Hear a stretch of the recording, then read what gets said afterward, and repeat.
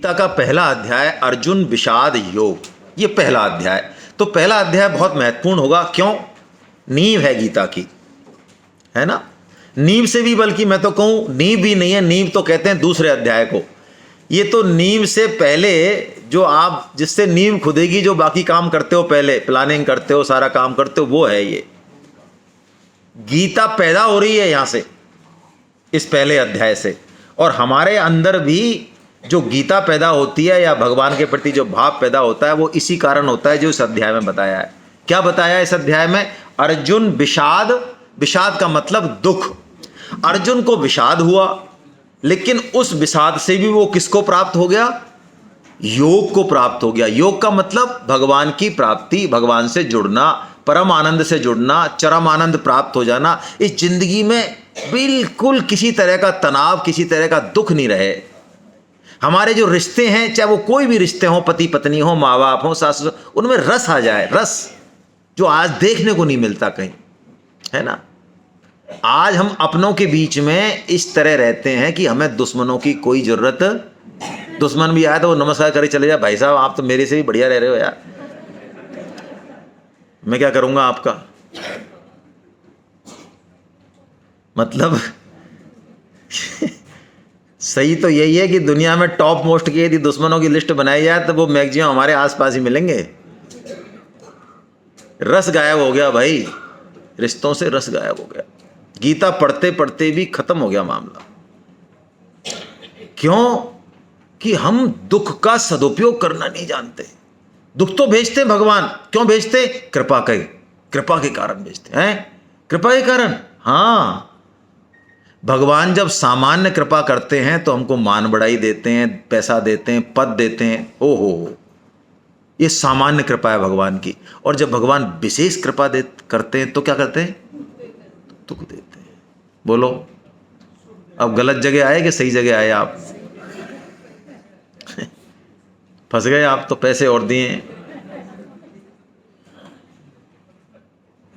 अच्छा मान लो आप, चलो नी भी मानो इस बात को, तो आपके हाथ में है क्या कि जीवन में दुख नहीं आए? आ ही रहा है ना भाई, कौन बुलाने जा रहा है? आ ही रहा है ना।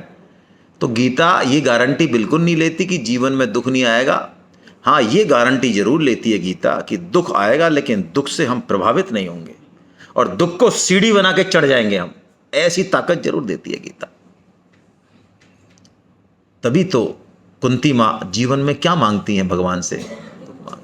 बोलो, ऐसा वरदान कहीं है नहीं दुनिया में। और हमारे जैसे समझदारों को तो लगेगा यार ये कुंती का पेच ढीला दिखता है। बोलो, भगवान से भी क्या मांग रही है? बताओ, ऐसा कोई मांगता है? लेकिन वो दुख क्यों मांग रही है भाई? उनको समझ में आ रहा है बात, उनको कहानी समझ में आ रही है कि जब जब हमारे जीवन में सुख होता है तो कृष्ण ढूंढने से नहीं मिलते, बुलाने से नहीं आते। और जैसे ही हमारे जीवन में दुख आता है, पांडवों के जीवन में, मेरे जीवन में, ये कृष्ण बिना बुलाए आते हैं, हमें जीवन जीना सिखाते हैं, मैकेनिज्म सिखाते हैं। भगवान श्री कृष्ण का दीदार होता है। क्या मतलब है? यही मतलब है। यदि हमें सुख में भी भगवान का स्मरण रहे, फिर दुख की जरूरत नहीं है हमें भगवान को भेजने की। फिर क्यों भेजेंगे? फिर नहीं भेजेंगे। लेकिन चूंकि हम सुख में तो भामाशाह हो जाते हैं बिल्कुल। हम समझते हैं ये सुख के ओरिजिन, तो संभाल। अर्जुन अपने विषाद को भी योग बना देते हैं।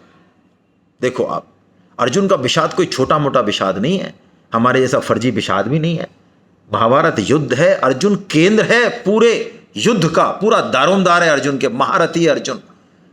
वो अर्जुन ऐसे डिप्रेशन में चला जाता है कि रथ छोड़ देता है, हथियार वथियार सब, और दुनिया भर के तर्क कुतर्क करता है भगवान श्री कृष्ण से, कुतर्क करता है दुनिया भर के, अपनी बुद्धि की पूरी प्रदर्शनी लगाता है भगवान के सामने कि क्या कह रहे हो आप, मैं समझता हूं। देखो, स्त्रियों का धर्म दूषित हो जाएगा, कुल धर्म, जाति धर्म, ये हत्याएं होंगी, ये पाप लगेगा, सारे भाषण झाड़ता है, जैसे कि हम बिना गीता पढ़े गीता के ऊपर झाड़ते रहते हैं। और यदि समाज में अच्छी प्रतिष्ठा है, पढ़े लिखे हैं, तो फिर तो पूछो ही मत।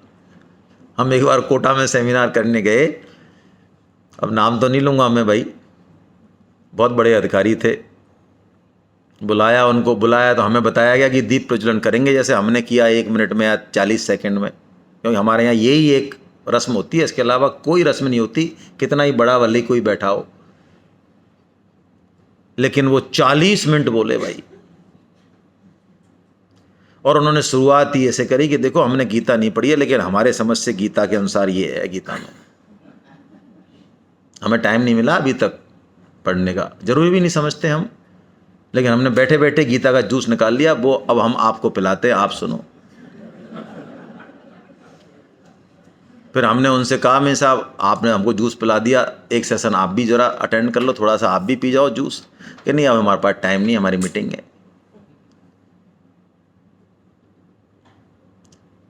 ये विडंबनाएं हैं। अर्जुन सब कुछ करते हैं, बुद्धि का प्रदर्शन भी करते हैं, सब काम करेंगे जैसे हम करते हैं, लेकिन फिर भी अर्जुन का जो दुख है, जो विषाद है, वो उनका पतन नहीं करता, वो योग बना देता है। क्यों?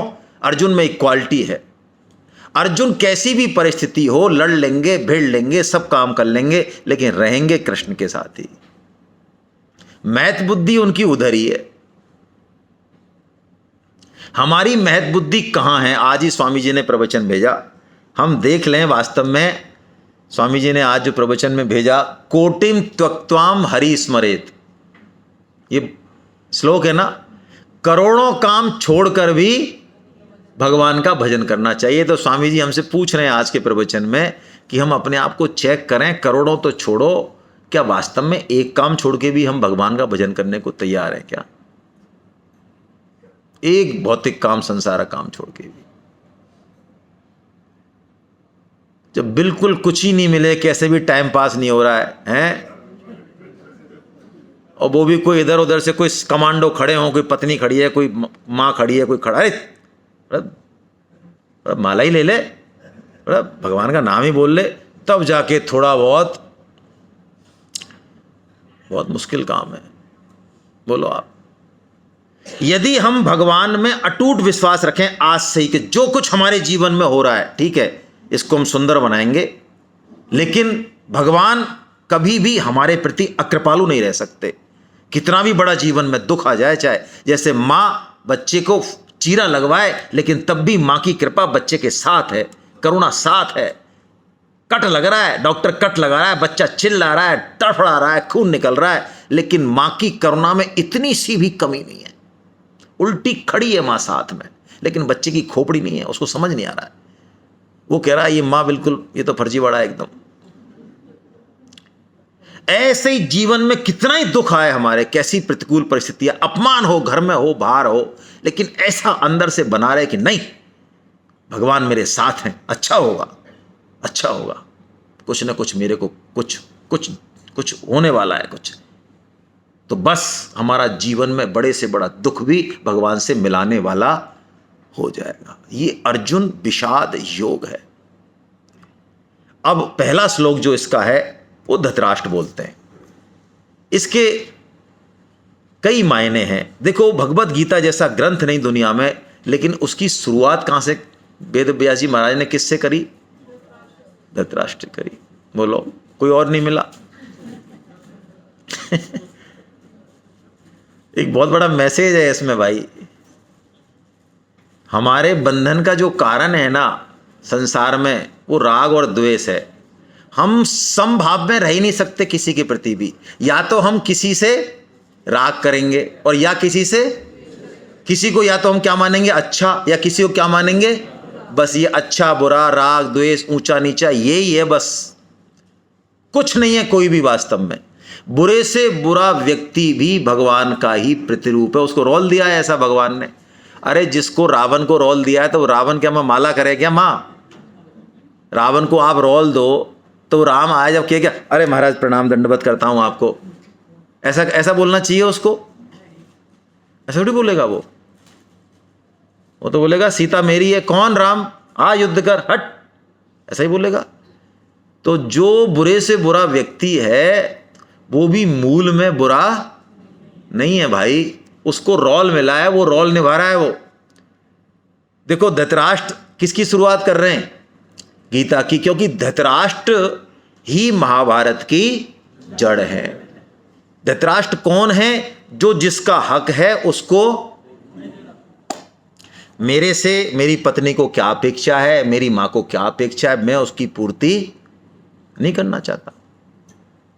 कष्ट होगा, शरीर को दिक्कत होगी, कई कई हो सकती है प्रॉब्लम, मैं नहीं दे सकता, तो मैं कौन हूं?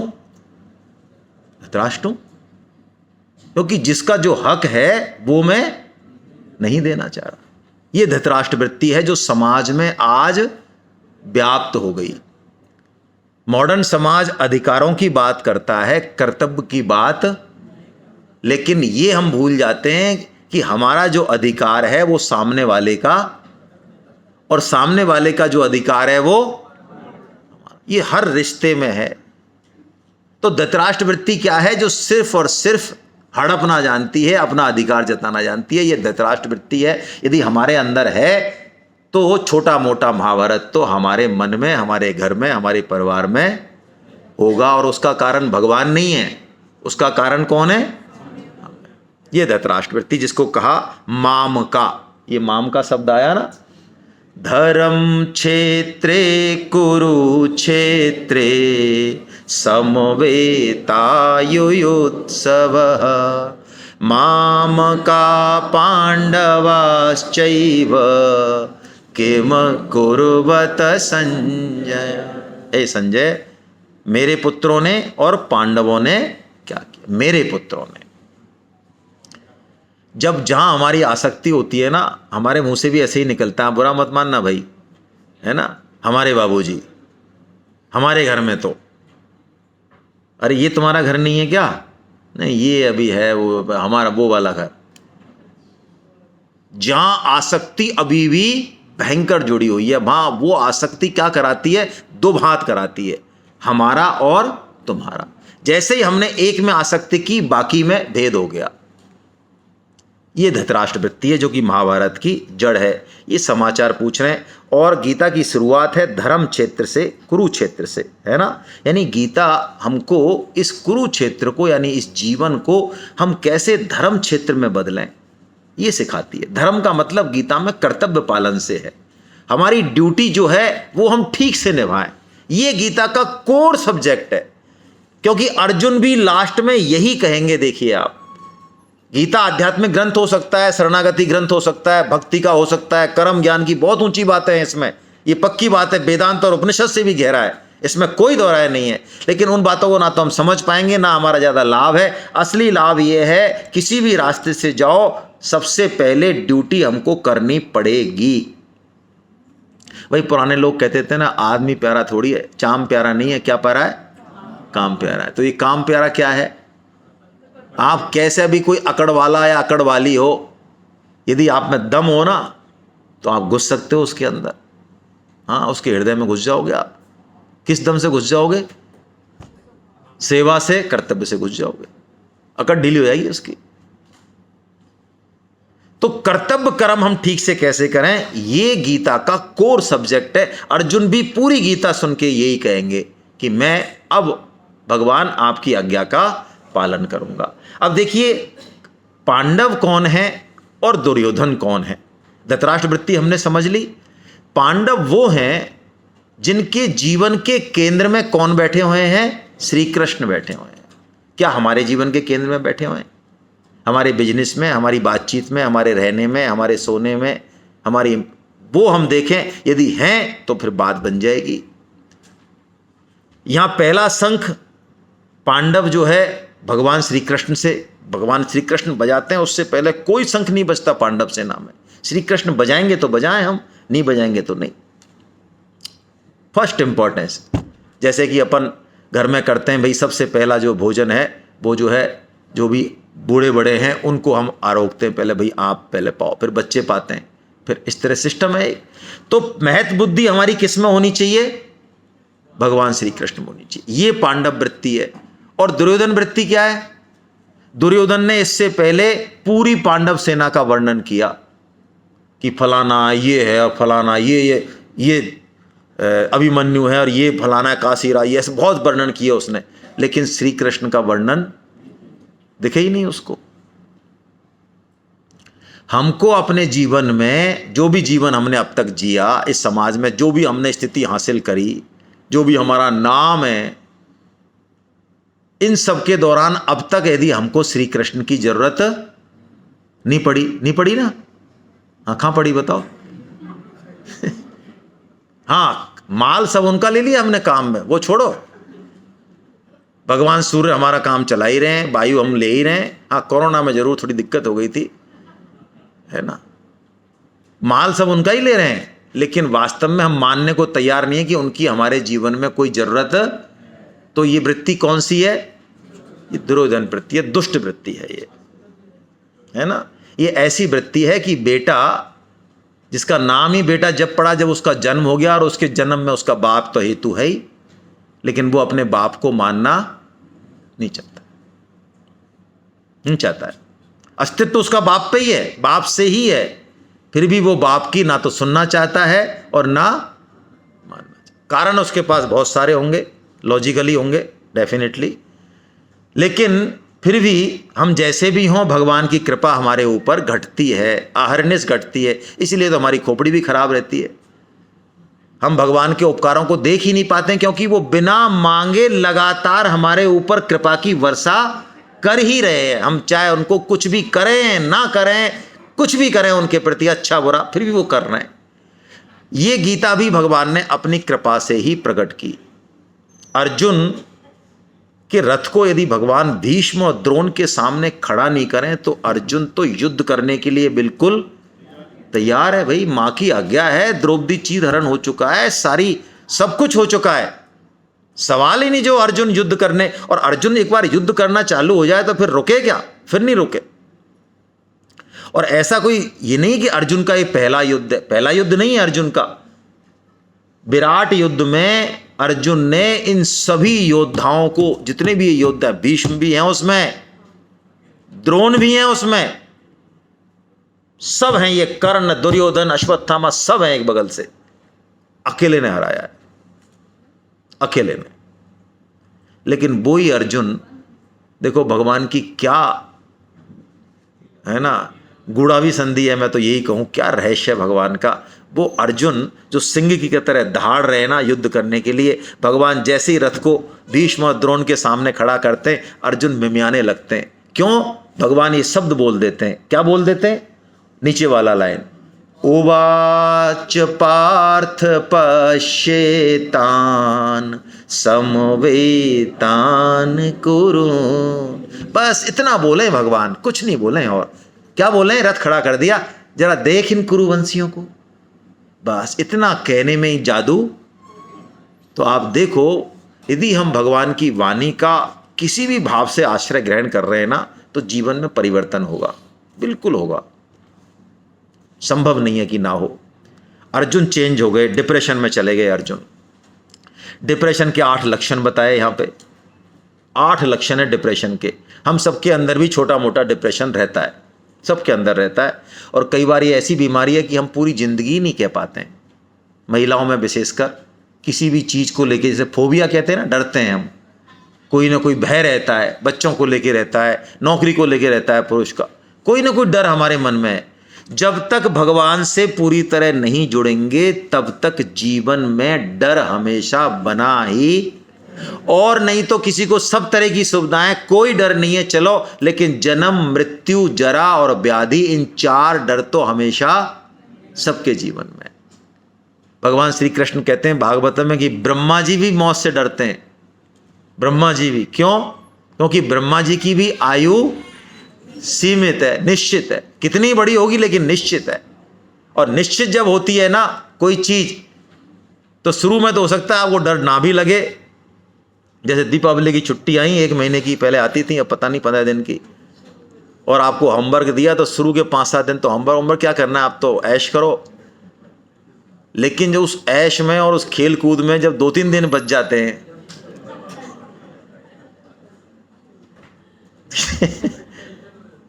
टेंशन हो जाती है। ऐसे ही जो है ना, मौत जब दिखती है ना, अब आपको मैं बताऊं नहीं तो आप फिर दिक्कत करोगे। मौत के साइन है शास्त्रों में, ये दूसरे पे नहीं लगाने, अपने ऊपर ही लगाने। मौत के साइन है 1 साल से लेके और 8 दिन तक के साइन है। वो साइन यदि घटते हैं हमारे पास तो निश्चित है, ये साइन है तो 1 साल में होगा, ये है तो 6 महीने में होगा, ये है तो 1 महीने में होगा, ये है तो 7 दिन में मृत्यु होगी और 1 दिन में होगी, ऐसे साइन है। तो अलार्म तो देती है मृत्यु। तो मृत्यु जब आती है, जरा यानी बुढ़ापा आता है और रोग आता है, ये बताओ कितना भय देते हैं, बहुत भय देते हैं। अर्जुन भी भयभीत हैं भयंकर। 8 लक्षण बताए अर्जुन के। और अब अर्जुन जब डिप्रेशन में आ गए तो डिप्रेशन का मतलब है मोहित हो जाना। मोहित का मतलब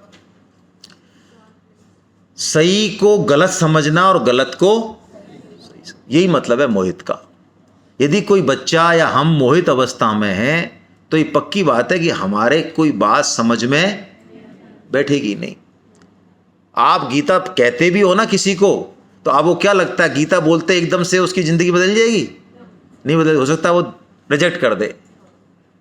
क्यों? क्योंकि वो अभी मोहित अवस्था में, जिसकी सबसे ज़्यादा ज़रूरत है उसकी ज़रूरत वो नहीं, अपने दिमाग से ही लगा लेगा वो सब। उस समय बुद्धि बहुत तेज दौड़ती है लेकिन गलत डायरेक्शन में दौड़ती है। मोहित अवस्था एक ऐसी अवस्था है, शास्त्र में इसका वर्णन है। कभी आपने टीवी पे देखा होगा, दलदल देखा है? दलदल, दलदल का सीन देखा होगा, ज्योग्राफी पे या किसी पे देखा होगा, डिस्कवरी पे। तो अफ्रीका में ऐसे दलदल होते हैं कि आप यहाँ तक धसे हुए तो धसे रहोगे, बहुत समय बाद आप जाओगे नीचे। लेकिन आपने यदि कोशिश करी तो आप और नीचे जाओगे, फिर और कोशिश करी तो और नीचे जाओगे, और जितना आप नीचे जाओगे उससे नीचे ही जाओगे, ऊपर आप आ नहीं सकते, कितनी कोशिश कर लो बल्ले। ऐसे ही मोहित व्यक्ति समझता तो ये है कि मैं जो ये बुद्धि लगा रहा हूं, जो एक्ट कर रहा हूं, ये मैं मेरे लिए क्या कर रहा हूं पता नहीं, बहुत तगड़ी, लेकिन वो वास्तव में कहां जा रहा है? तो कैसे वापस आए वो? आपको पता है यदि दलदल से किसी को निकालना है, निकलना है, तो उसको किसी बाहरी वाले की जरूरत, यदि कोई बाहर है जो कि दलदल में नहीं है, वो उसको सहारा दे दे तो निकल जाएगा। तो अर्जुन तो क्या है, अभी मोहित अवस्था में, कुछ भी समझने के पोजीशन में है नहीं, लेकिन अपनी बुद्धि का प्रदर्शन करेंगे भयंकर रूप से। युद्ध तो नहीं करना अब इसको अर्जुन को, पहले तो खुद ही युद्ध करने आए, अब डिप्रेशन आ गया, मोह आ गया, अब युद्ध नहीं करना चाहते। तो युद्ध नहीं करना चाहते, ये तो नहीं कहते कि मैं, ये दिक्कत है ये, अब उसको डिसीजन को वो सपोर्ट कर रहे हैं विभिन्न तर्कों और कुतर्कों के द्वारा, जैसा कि हम करते हैं जीवन में। बहुत सारे कुतर्क करते हैं अर्जुन, बहुत सारे, आप पढ़ लेना। और पूरी तरह से अर्जुन की बातों से ऐसा लगता है कि अर्जुन का युद्ध से बेचारे का कोई लेना देना नहीं है। ये तो श्री कृष्ण ही है जो कान पकड़ के ले आए इसको युद्ध करने, और युद्ध में जीत होने के बाद भी जो कुछ मिलेगा, राज्य माल मत्ता, वो किसको मिलेगा? श्री कृष्ण को मिलेगा। अर्जुन का बेचारे का कोई लेना देना नहीं है।